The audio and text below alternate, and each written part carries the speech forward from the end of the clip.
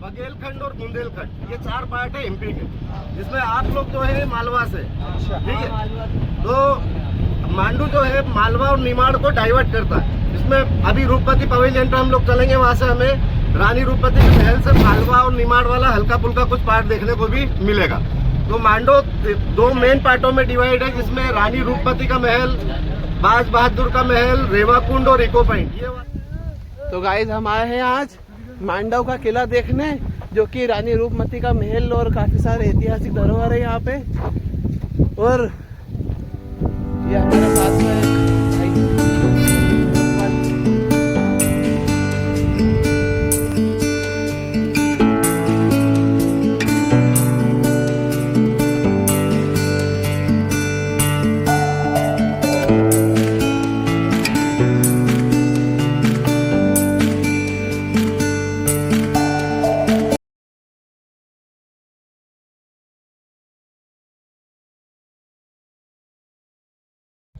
तो ये है गाइस मांडव और मध्य प्रदेश की खूबसूरती।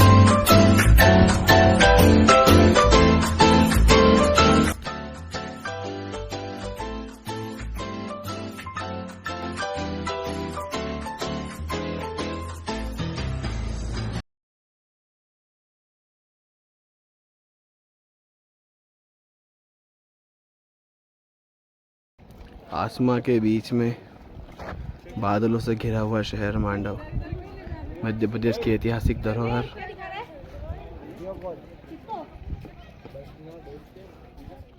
बेसिकली रूप से हम लोग जब मांडू की बात करेंगे तो मांडू अलग अलग डायनेस्टियों के समय में अलग अलग नामों से जाना गया, जिसमें मांडू को सबसे पहला नाम मिला मंडपा दुर्ग। उसके बाद में मंडाना, मंडपागिरी, सादियाबाद, सबे मालवा, मांडवगढ़, और आज भी मांडू को सिटी ऑफ जॉय के नाम से जाना जाता है। विंध्याचल रेंज के, विंध्याचल पर्वत के सबसे लास्ट कॉर्नर पर बसा मांडू सी लेवल से लगभग 2100 फीट की हाइट पर माना जाता है। ज्यादा हाइट पर होने के कारण मांडू में आज भी होल, ट्यूबवेल, ये चीजें ना के बराबर सक्सेस हो पाती है। उन्हीं बातों को उस दौर से ही ध्यान में रखते हुए राजा महाराजाओं ने मांडू के अंदर बहुत से कुएं, बावड़ी, तालाबों का निर्माण कराया, क्योंकि मांडू को रेन वाटर पे ही डिपेंड रहना पड़ता था, और लगभग मांडू का आज भी यही सिस्टम है।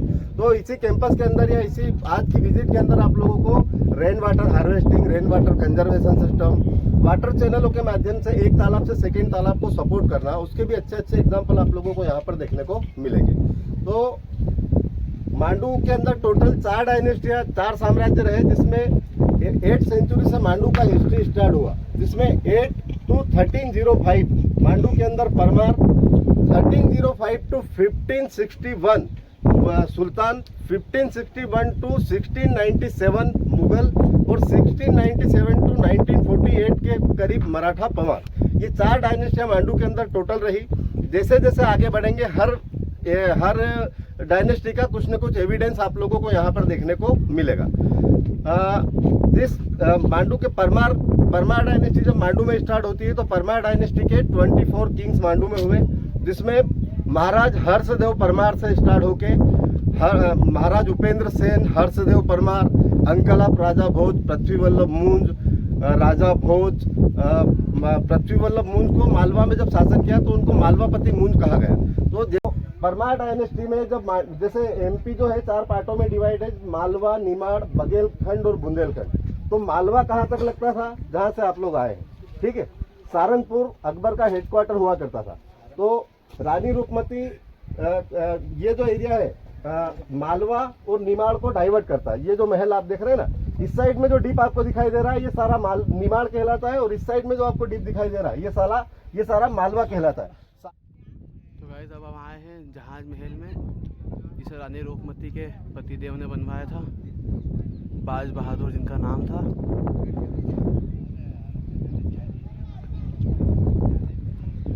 बहुत ही खूबसूरती, जिस जमाने में ना कोई ट्रांसपोर्ट के साधन थे, ना ही कोई आधुनिक इंजीनियरिंग, बट उसके बाद भी इतनी खूबसूरती, वाकई में काबिल तारीफ है हमारा भारत देश और भारत देश की कलाकृति। ये टूरिस्ट स्पॉट है, लोगों फोटो वगैरह खिंचाते हैं। एक्चुअली ये मेरा कॉलेज टूर है, तो कॉलेज की तरफ से देखिए मैं आपको काफ़ी सारी चीज़ें दिखाऊंगा।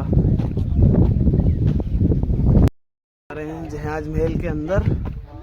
सीढ़ियाँ वैसे काफ़ी पुरानी है और काफ़ी मजबूत है और काफ़ी ऊंची है, चढ़ने में दिक्कत आ रही है, सांसें भी फूल रही है।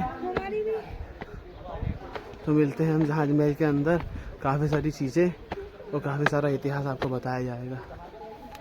वल्लभ मूंज के द्वारा उस तालाब का निर्माण कराया था, तब से उस तालाब को मूंज तालाब के नाम से जाना जाता है। और अंदर वाले तालाब का नाम कपूर तालाब होने का रीजन 1469 जब सुल्तान गयासुद्दीन खिलजी ने इतने बड़े एरिया को सिर्फ हरम के तौर पे यूज में लिया, तो स्वाभाविक सी बात है कि उनकी बेग में ज्यादा बताई जाती है। तो उस दौरान इस अंदर वाले टैंक में कैम्फर, कपूर, अरीठा, आयुर्वेदिक जड़ी बूटियां, सिकाकाई का घोल रखा जाता था। जिन रानियों की स्विमिंग की इच्छा होती थी, स्विमिंग के दौरान रानियों के बालों को हेल्दी ट्रीटमेंट मिलता था, जब से इस तालाब को कपूर तालाब के नाम से जाना जाता है। सर सामने की तरफ जो बिल्डिंग आप लोगों को दिखाई दे रहा है, बिल्डिंग का नाम है तवेली महल। तवेली मीन्स तबेला, लाइक ए हॉर्स स्टेबल। घोड़ों को रखने के लिए बिल्डिंग को यूज में लिया जाता था। ग्राउंड फ्लोर और फर्स्ट फ्लोर पर घोड़ों को बांधा जाता था और सेकंड फ्लोर पर घोड़ों लेफ्ट साइड में है ना, ये पूरी गार्डन के अंदर ये पत्थर वाला चैनल आते दिखाई दे रहा है। हाँ। ये फाउंटेन दिखाई दे रहा है ना। फाउंटेन, बहुत सारे गेस्ट के मन में सवाल रहता है कि उस दौर में ये लोग विदाउट बिजली फाउंटेन कैसे चलाते थे, तो उसका रीजन ये रहता था, पर्शियन व्हील जानते हैं आप लोग, रहट सुना है किसी ने?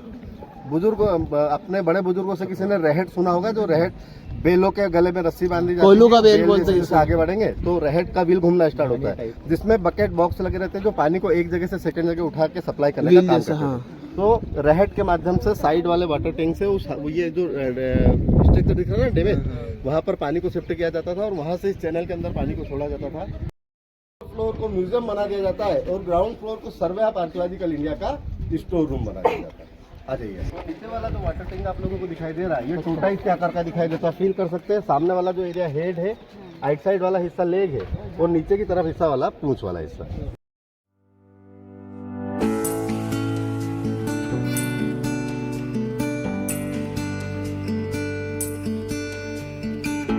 हमको पानी के अंदर बहुत देर तक कोई हरकत नहीं दिखाई देगी तो लगेगा रानी का सुसाइड हो गया। और बावड़ी का जो आकार है वो चंपा के फूल के समान दिखाई देता है, इसीलिए बावड़ी का नाम चंपा बावड़ी। एग्जाम्पल सर सामने इसके गड्ढा दिखाई दे रहा है दीवार के अंदर, उसके अंदर गौर से देखिए क्या दिखाई दे रहा है, हाथ दिख रहा है, मूर्ति दिख रही है। सरस्वती जी की मूर्ति है, वीणा हाथ में। हाँ वीणा हाथ में दिख रही है, जो क्रास है वो वीणा।